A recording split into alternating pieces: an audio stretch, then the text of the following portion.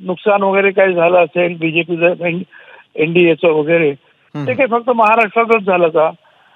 ते देशामध्ये अनेक ठिकाणी असं उलटपुलट सगळं उलथापालट झालेली आहे.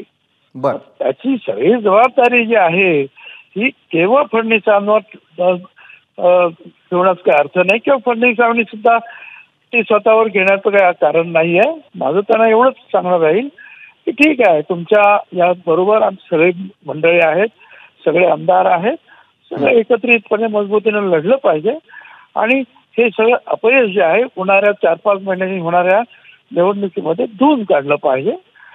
हे चॅलेंज जे आहे तुम्ही स्वीकारलं पाहिजे. आता मध्येच जर तुम्ही राजकीय सरकारमधून जर दूर झालात तर सरकारमध्ये सुद्धा मग अनेक अडचणी परत निर्माण होणार आहेत. एबीपी माझा, उघडा डोळे बघा नीट.